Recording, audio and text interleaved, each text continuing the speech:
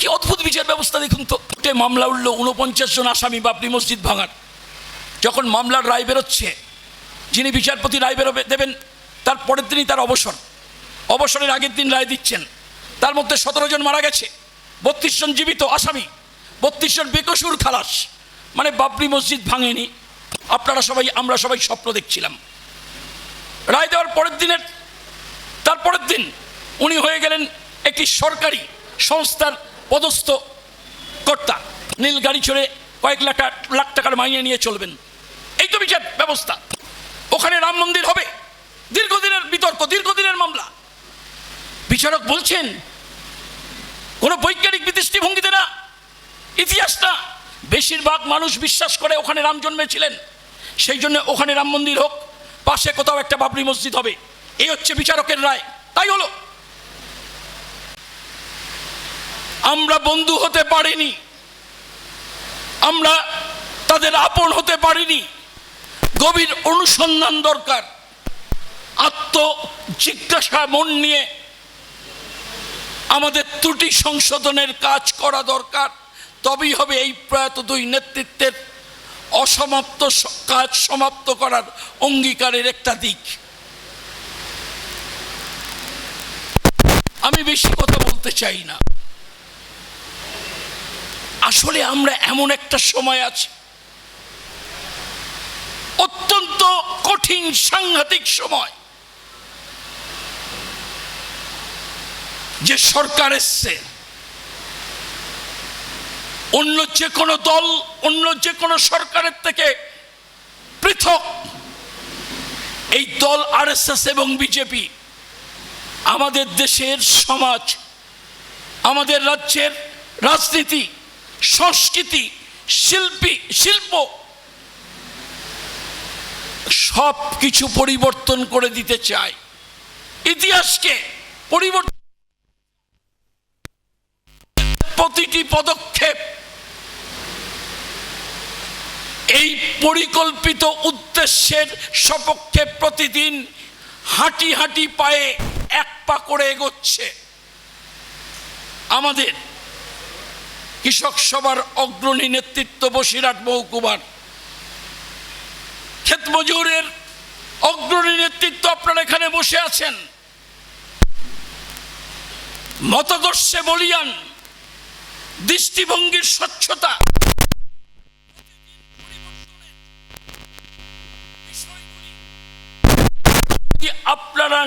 আমরা যদি না বুঝতে পারি, তাহলে এই শক্তির বিরুদ্ধে লড়াই আমরা জয়ী হব না। আমাদের বুঝতে হবে। আপনি ভাবুন তো, রাজনীতি, আমি অনেক কথা আগেও বলেছি এই জেলাতেই, আমি বারবার বলি, রাজনীতি মানে নীতির লড়াই।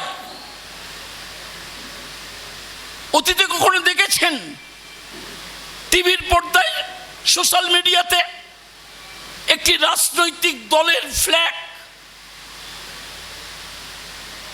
মাটিতে ফুটবলের মতো গোল পাকিয়ে ছুঁড়ে ছুঁড়ে পায়ে দুবড়ে মুচড়ে নিয়ে যাচ্ছে মিছিলে? কোনোদিন কমিউনিস্টরা, বামপন্থীরা, কৃষক সভার বিজেপির ঝান্ডা থাকলে সরিয়ে দেয়, তৃণমূল কংগ্রেসের ঝান্ডা রাস্তায় পড়ে থাকলে তার উপর দিয়ে মিছিল করবে, না পা লেগে যেতে পারে, সরিয়ে দেয়। লড়াইটা মতাদর্শের লড়াই, নীতির লড়াই। আজ কোন জায়গায় রাজনীতি গেছে? আজ থেকে 80-90 বছর আগে ভারতবর্ষের স্বাধীনতা আন্দোলনের প্রেক্ষাপটে মানুষের মনের মধ্যে রাজনীতি সম্পর্কে আজ থেকে 50-60 বছর আগেও, 40 বছর আগেও আলোচনা হতো। গান্ধীজির অহিংস পথ ঠিক না নেতাজি সুভাষচন্দ্রের পথ ঠিক? রাস্তার মোড়ে, চায়ের টেবিলে, বাড়িতে পিতা পুত্রের মধ্যে বিতর্ক হতো। গান্ধীজির অহিংস পথ না নেতাজি সুভাষচন্দ্রের পথ, না মাস্টারদা সূর্য সেনের পথ, না বিনয় বাদল দীনেশের পথ, সন্ত্রাসবাদী পথ, না কমিউনিস্টদের পথ, বামপন্থীদের পথ, সোশ্যালিস্টদের পথ, মধ্যপন্থীদের পথ, না চরমপন্থীদের পথ। বিতর্ক হতো কোন পথ ঠিক। পথের ভিন্নতা থাকতে পারে, কিন্তু বিতর্ক শেষে সবাই একমত হতেন। আলোচনা শেষে যারা রাজনীতি করে পথের পার্থক্য থাকতে পারে, পথের ভ্রান্তি থাকতে পারে, কিন্তু রাজনীতি করা ব্যক্তি তারা আদর্শপরায়ণ, রাজনীতি করা ব্যক্তি সৎ নীতিনিষ্ঠ। আর আজকে 2026-এ আলোচনা ঋতব্রতপন্থী তৃণমূল না কালীঘাটপন্থী তৃণমূল। আলোচনা খবরের কাগজের হেডিং, 3 দিন 4 দিন 5 দিন এসব লেখা হলো। বাংলা রাজনীতিতে এসব ছিল না, ভারতবর্ষের রাজনীতিতেও ছিল না।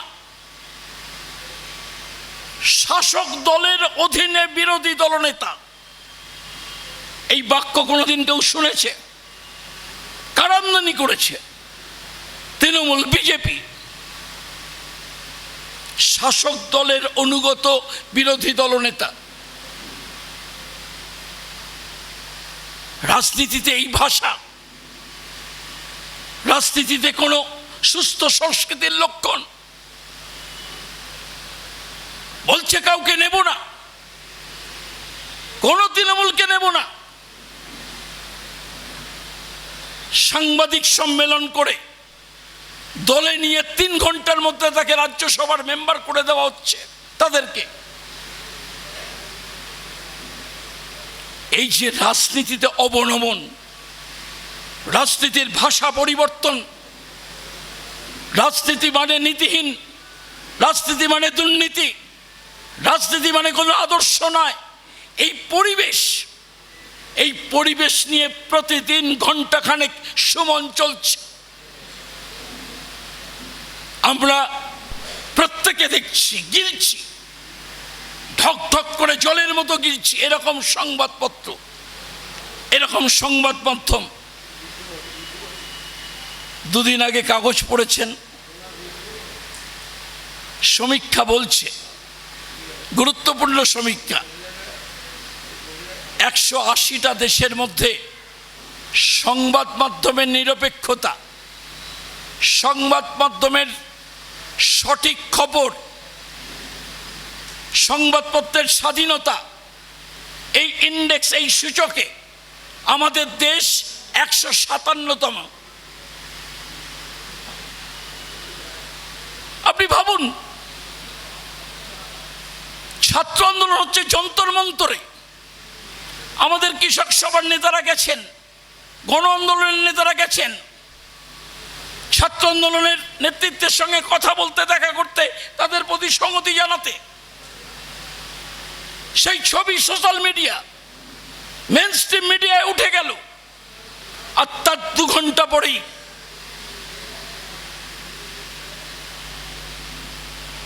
চীনার দূতাবাসের ছবি দিয়ে,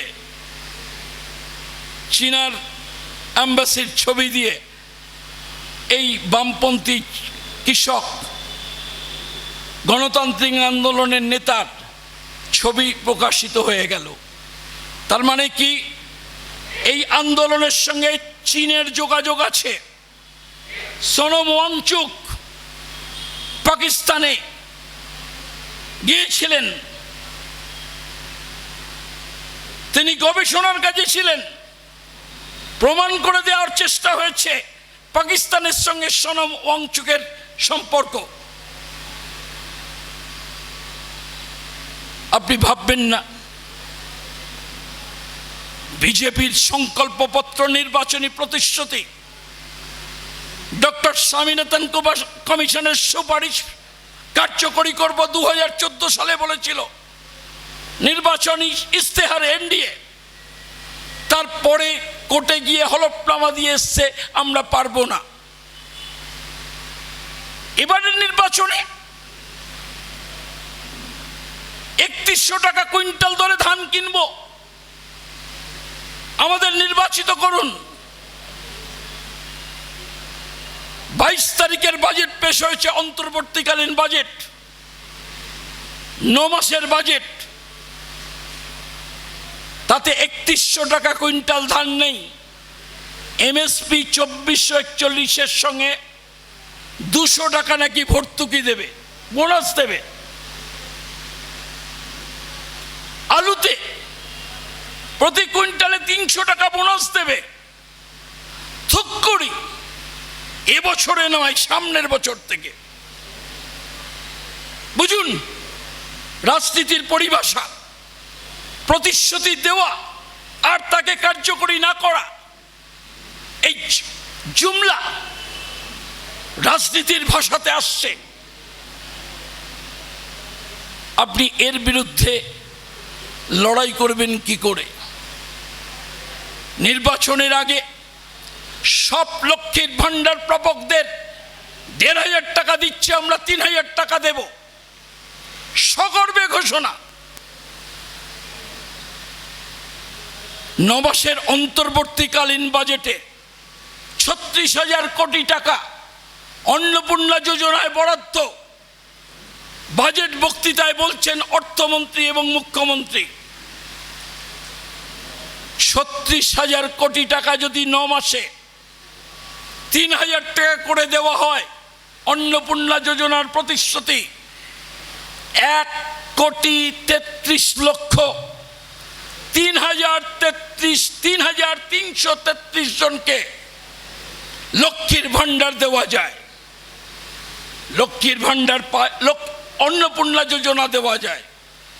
বর্তমানে লক্ষ্মী ভান্ডার গত 4 মাস 5 মাস আগেও কতজন পেত? 2,40,00,000। ধরে নিলাম দুর্নীতি আছে, তৃণমূল দুর্নীতি করেছে, 2,40,00,000 থেকে 1,33,00,000 বাদ দিলে 1,07,00,000 লক্ষ্মী ভান্ডার প্রাপক অন্নপূর্ণা যোজনায় ৩,০০০ টাকা পাবে না। 7 লক্ষ বাদ দিন দুর্নীতির জন্য, 1 কোটি পাবে না।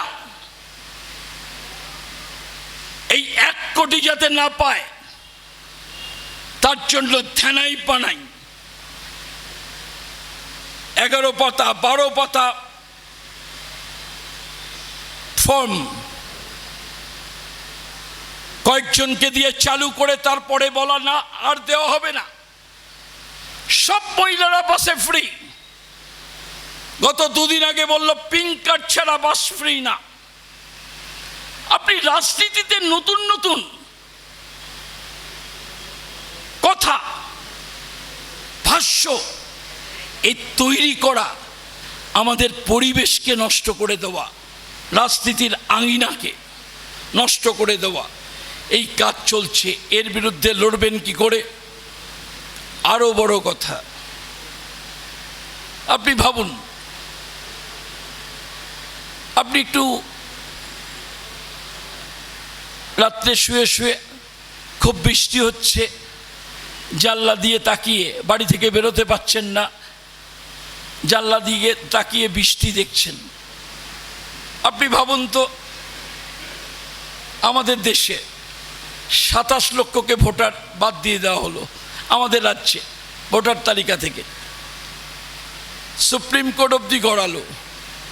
কি বিচার ব্যবস্থা, কি আইন ব্যবস্থা, কি প্রশাসনিক ব্যবস্থা, গণতন্ত্রের কাঠামোগুলো, স্তম্ভগুলো কেমন যেন বিচ্ছিরি হয়ে যাচ্ছে, মিলছে না। যা পড়েছেন, যা শিখেছি, পাসপোর্ট মানে নাগরিকত্ব নয়। আপনার যদি পাসপোর্ট থাকে আপনি নাগরিক ভারতবর্ষের প্রমাণ হবে না। পাসপোর্ট মানে হচ্ছে বিদেশ ভ্রমণের ছাড়পত্র। আমি যদি এদেশের নাগরিক না হই, আমি তোমার কাছে ছাড়পত্র নিতে যাব কেন? আমি ছোটবেলায় পিকনিকে যাব বন্ধুদের সঙ্গে স্কুল থেকে, বাবা মাকে বলেছিলাম যাব বাবা, যাব মা, আমার অভিভাবক গার্জিয়ান পারমিশন নিতে গেছি। আমি যদি এদেশের নাগরিক না হই, যদি পাসপোর্ট থাকলে নাগরিকত্ব বোঝায় না। নাগরিকত্ব মানে পাসপোর্ট মানে হচ্ছে বিদেশ ভ্রমণের ছাড়পত্র গেল। 2 প্যান কার্ড, বলল না এটা নাগরিকত্ব, সিটিজেনশিপ না, গেল। বললো ভোটার কার্ড, সুপ্রিম কোর্ট বলছে তোমার ভোটার কার্ড থেকে নাম বাদ, ভোটার লিস্ট থেকে নাম বাদ দিয়ে গেলেও তুমি ভারতের নাগরিকত্ব নও, এটা বলা যাবে না। গোলমেল দেখুন, মানে ভোটার কার্ডটাও নাগরিকত্ব নয় কি? হ্যাঁ, বলছে না। আধার কার্ড, বলুন না আপনি পরেশ পাল, আপনার হাতের ছাপ, আপনার ঠিকানা, আপনি এই ঠিকানায় থাকেন তার প্রমাণ। বুঝুন, 60 বছর বয়স, 58 বছর বয়স, জ্ঞান হওয়ার পর থেকে, স্কুলে ভর্তি হওয়ার পর থেকে, ব্যাংকের অ্যাকাউন্ট করতে, যা যা সরকারি কাজে যা যা লেগেছে, এই সব জিনিসগুলো লেগেছে। তখন প্রশ্ন ওঠেনি যে এগুলি সিটিজেনশিপের নয়, নাগরিকত্বের কোনো প্রমাণ না। আজকে নতুন করে প্রমাণ করানোর চেষ্টা হচ্ছে এগুলো কিছু না। এই যে মানুষের মনকে গুলিয়ে দেওয়া, মানুষের মনকে বিভ্রান্ত করা, এর বিরুদ্ধে লড়াই করতে গেলে কি করতে হবে? আমি শেষ যে কথাটা বলে শেষ করতে চাই, সবচেয়ে বড় ক্ষতি হচ্ছে আমাদের পরবর্তী প্রজন্মের জন্য। আজকে বসিরহাটে মিটিং হচ্ছে, আজ থেকে 15 দিন পর, 1 মাস পর, 1 বছর পর, 10 বছর পর, এই যে মিনালদা যা করে গেছেন, সুবোধদা তার জীবন সংগ্রামে যা যা করে গেছেন অতীতে, আজকে এটা ইতিহাস। আর আজকে যে ঘটনা ঘটছে আগামী দিনে হবে ইতিহাস। আর এই ইতিহাস লেখা হবে কোন দৃষ্টিভঙ্গিতে, কারা লিখবে? এই ইতিহাস লেখার একটা বৈজ্ঞানিক দৃষ্টিভঙ্গি, আর্কিওলজিস্ট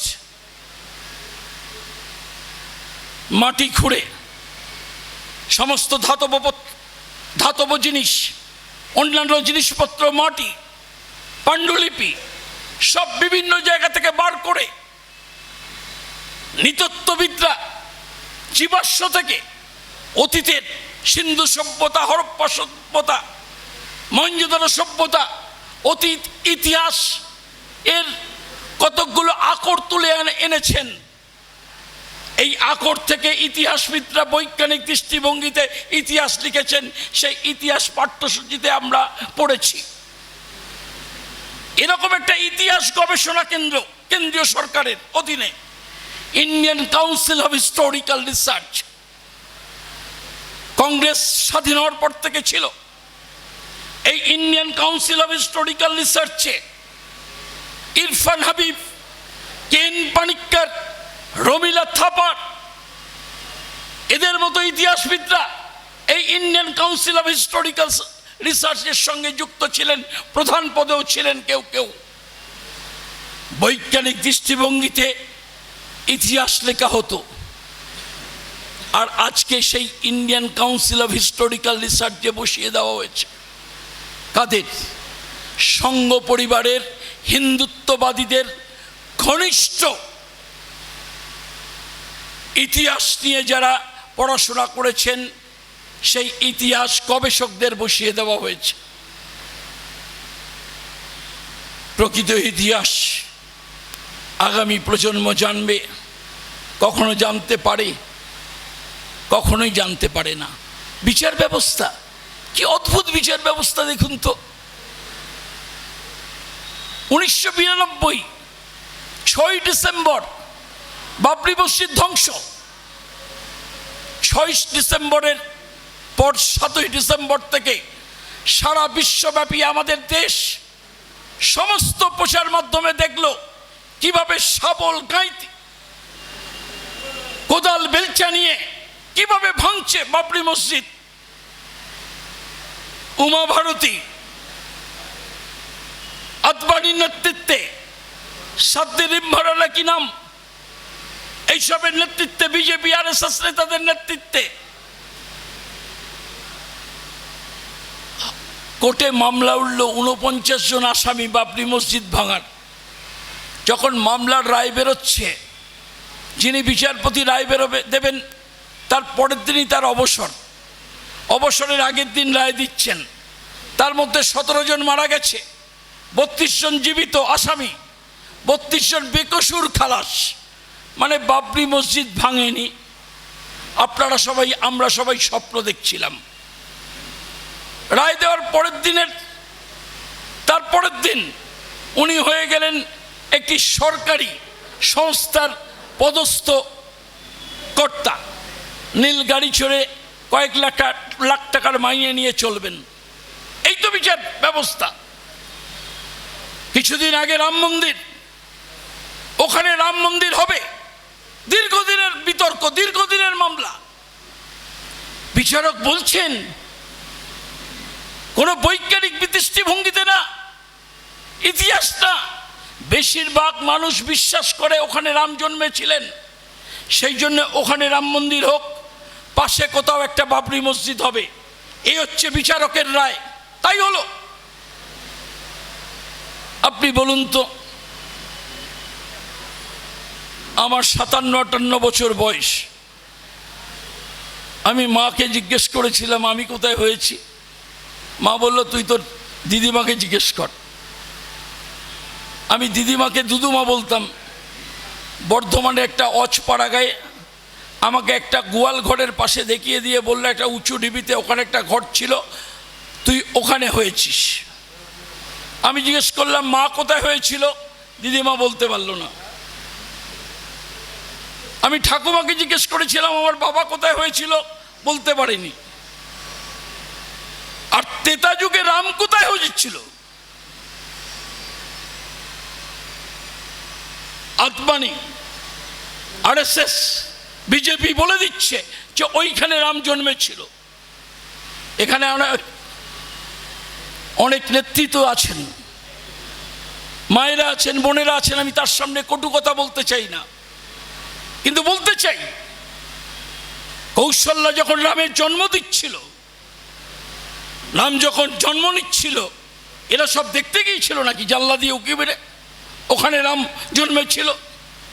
এই যে বিশ্বাস, বিচার ব্যবস্থাকে কুক্ষিগত করো, আইন ব্যবস্থাকে কুক্ষিগত করো, পার্লামেন্টকে, সাধারণ প্রশাসনকে কুক্ষিগত করো, দেশ চালাও ফ্যাসিবাদী কায়দায়। এর বিরুদ্ধে লড়তে গেলে আমাদের কি করতে হবে? আমাদের অতীত দিনের নেতা, প্রয়াত দুই নেতা সুবোধদা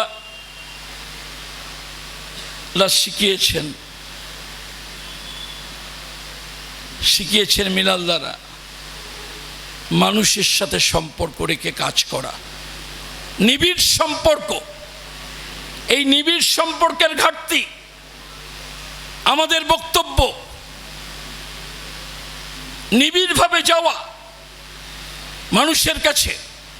গ্রাম কমিটি, কৃষক সভার, ক্ষেত মজুরের অঞ্চল কমিটি, গ্রাম কমিটি, 7 জন 8 জন মেম্বার নিয়মিত বসা, সমস্যা নিয়ে আলোচনা করা, ছোট ছোট সমস্যা, এই সুখী সমৃদ্ধ সমাজ গঠনের স্বপ্নের সাথে সম্পর্কযুক্ত, এই নিজে অনুধাবন করা, নেতৃত্বের উপযোগী হিসাবে মানুষের সঙ্গে থাকা।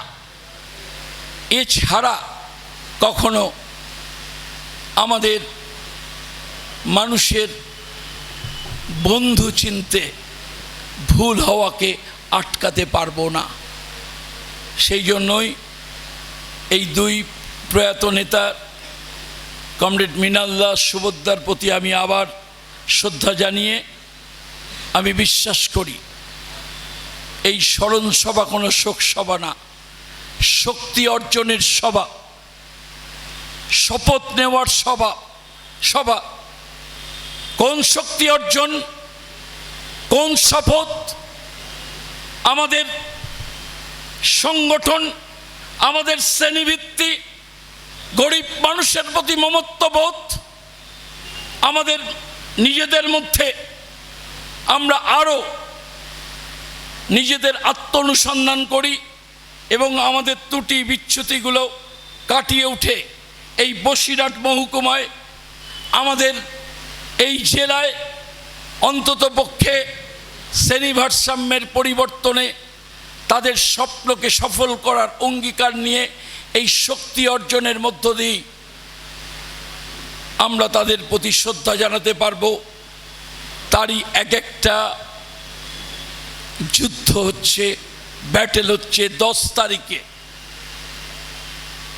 আইন অমান্য, শাসক শ্রেণীর সাম্রাজ্যবাদের প্রতি ঘৃণা। আমাদের দেশের শাসক শ্রেণী সাম্রাজ্যপন্থী, যে ঘৃণা আমরা জাগাতে পারি কিনা, সামনে উপনির্বাচনে এই অশুভ শক্তিকে পরাস্ত করার মতো ঘৃণা মানুষের মধ্যে জাগাতে পারি কিনা। যে ঘৃণা জাগিয়েছিল সারা বিশ্ববাসী দেখেছে। বিশ্বকাপ ফুটবল সদ্যর ফাইনালে স্পেনের 5 ফুট 2 ইঞ্চি 19 বছরের রাইট উইঙ্গার ইয়ামাল, বিশ্বের তাবড় নেতারা পুরস্কার দিচ্ছে, ট্রাম্প মেডেল নিয়ে বসে দাঁড়িয়ে আছে, আর এক হাত বাড়িয়ে আছে, হ্যান্ডশেক করবে বলে, করমর্দন করবে বলে। ইয়ামাল কোনো ভ্রুক্ষেপ না, হ্যান্ডশেক না করে পদকটা ছিনিয়ে নিয়ে চলে গেল মাঠের মধ্যে দৌড়ে। ট্রাম্পের প্রতি ঘৃণা মানে সাম্রাজ্যবাদের প্রতি কতটা ঘৃণা থাকলে এরকম একটা মুহূর্তে দাঁড়িয়ে প্রতিবাদ করতে পারে। আমাদেরকেও, উপস্থিত সবাইকেও নিজেদেরকে মতাদর্শে চেতনায় প্রতিদিন শান দিতে হবে। রাজনীতিতে স্বচ্ছতা আনতে হবে, দূরদর্শিতা আনতে হবে, সংগঠনে সুদক্ষ হতে হবে, আর সংগ্রামে সাহসী হতে হবে। এইটা যদি হতে পারি তবেই হবে এই প্রয়াত 2 নেতার প্রতি আমাদের শ্রদ্ধার্ঘ্য এই স্মরণ সভার সার্থকতা। সবাইকে ধন্যবাদ। আমার বক্তব্য শেষ করব।